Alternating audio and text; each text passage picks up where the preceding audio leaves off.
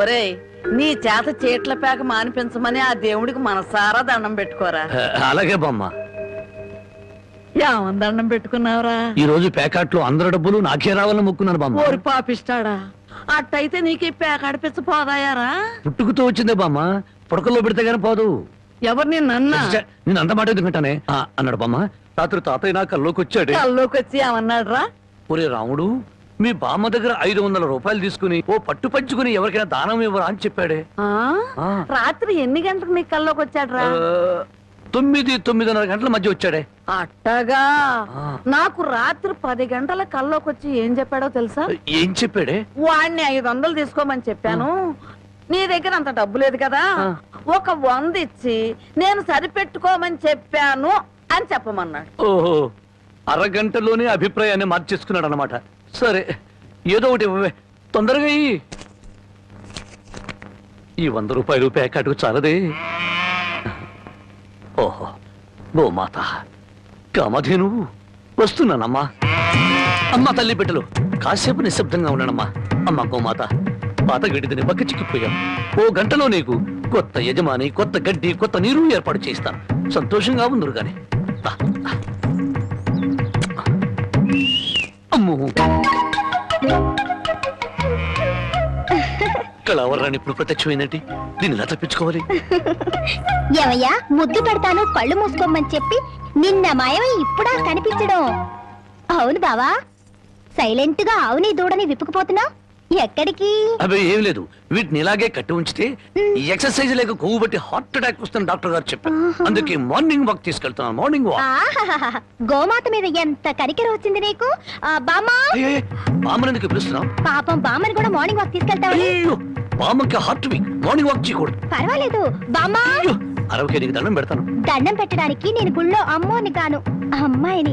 అమ్మోరికి దండం పెడితే వరం ఇస్తుంది, అమ్మాయికి ముద్దు పెడితే కనికరిస్తుంది. అందుకని మర్యాదగా ఒక ముద్దు పెట్టు, బామ్మని పిలవను. తప్పదా? తప్పదా? ఏ ముద్దు పెట్టమంటే ఆవదం తాగిన వాళ్ళ మొహం అలా పెట్టావేంటి?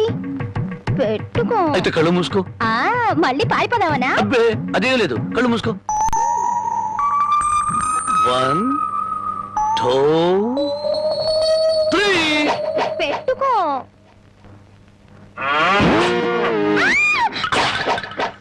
అల్లుడు, పొద్దున్నే ఆవుని దోణ్ణి తీసుకుని అటేపు వెళ్తున్నావు, ఎక్కడికో? అదే మావా, వాటి కొవ్వెక్కువైందని మార్నింగ్ వాక్ తీసుకెళ్ళాను. మనుషులకే కాకుండా పశువులకు కూడా మార్నింగ్ వాక? ఆహా బాబు, ఒరే రాంబాబు, ఆవుని దోణ్ణి ఎవరో ఓడ తీసుకుపోయారా? ఎవడో విప్పుకుపోయాడా? మార్నింగ్ వాక్ తీసుకెళ్ళానని చెప్పావు. నువ్వు నోరు మూయి. రోజు 10 సేర్లు పాలు ఇచ్చేది వీళ్ళ అమ్మ కడుపు. అరవకి బంగారం లాంటి ఆవు దోడిని ఓడ తీసుకుపోతే 60 అంటావారా? ఆడి కాళ్ళు చేతులు పడిపోను, ఆ నోట్లో పురుగులు పడా, ఆడి కాస్తం కాలిపోను. చెట్టుకి పాపం వాడికి ఏం అవసరం వచ్చిందో ఏమిటో. ఆడవసరానికి మన ఆవు దోడిని ఓడ తీసుకెళ్తాం ఏమిట్రా? ఆడి అమ్మ కడుపు మాడా, ఆడి కాస్తం కాలా, ఆడి మరీ తట్టుకే. వాడెవడో కాదు, వాడే వీడు, వీడే వాడు, వాడే వీడు నీ మనవడు. ఓ నీ అమ్మ కడుపు బంగారం గాను. నువ్వంట్రా ఆవు నమ్మేశావా? అమ్మేశాను. ఆవేం చేసిందిరా నిన్ను? నన్నేం చేయలేదే, నీకోసమే. నా కోసమా? మన ఆవుకి 3 సుళ్ళు ఉండబట్టి తాతయ్య మిడిల్ డ్రాప్ చేసి చచ్చాడని, అది ఇంకా ఉంటే నువ్వు కూడా మిడిల్ డ్రాప్ చేసి చేస్తావని జ్యోతిష్కుడు చెప్పాడే. అల్లుడు, 3 ఏళ్ల క్రితం కొన్న ఆవు దూడ వల్ల 30 ఏళ్ల క్రితం మీ తాత పోయాడా? ఈ కౌంట్ ఏమిటో నాకు అర్థం కావట్లేదు.